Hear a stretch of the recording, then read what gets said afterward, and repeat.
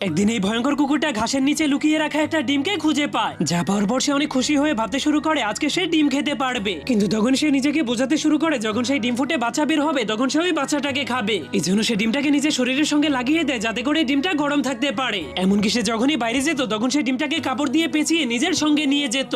সে ওই ডিমটার এমন ভাবে খেয়াল রাখছিল যা দেখে মনে হচ্ছিল সেটা তারই ডিম। তখনই সেই ডিমের মধ্যে নড়াচড়া শুরু হয়ে গেলে এটা দেখে কুকুরটা অনেক খুশি হয়ে যায়। এরপর হঠাৎ করে সেই ডিমটা ফুটে একটা মুরগির বাচ্চা বের হয়ে আসে। কিন্তু তখনই মুরগির বাচ্চাটা কুকুরটাকে দেখার পর তাকে নিজের মা মনে করে তার পিছু করতে শুরু করে দেয়, যা দেখে কুকুরটার মন গলে গেলে সে ভুলে যায় যে তার আসল উদ্দেশ্য কি ছিল। কিন্তু সেই কুকুরটা একদমই জানতো না যে মুরগির বাচ্চারা কি খাবার খায়। এই জন্য সে বাচ্চাটাকে হাড্ডি খেতে দিলে সেগুলো বাচ্চাটা একদমই খেতে পারছিল না, যার কারণে বাচ্চাটার প্রচন্ড ক্ষুধা লাগতে দেখে কুকুরটা জলদি করে মানুষের বাড়ি থেকে তার জন্য গম চুরি করে আনে। কিন্তু ছোট বাচ্চাটা সেগুলোকেও খেতে পারছিল না। এই জন্য কুকুরটা মাটি খুঁড়ে তার জন্য কিছু নিয়ে আসলে সেগুলো বাচ্চাটা অনেক মজা করে খেতে শুরু করে। তখন কুকুরটা সেই মাসুম বাচ্চাটাকে এতটাই ভালোবেসে ফেলেছিল যে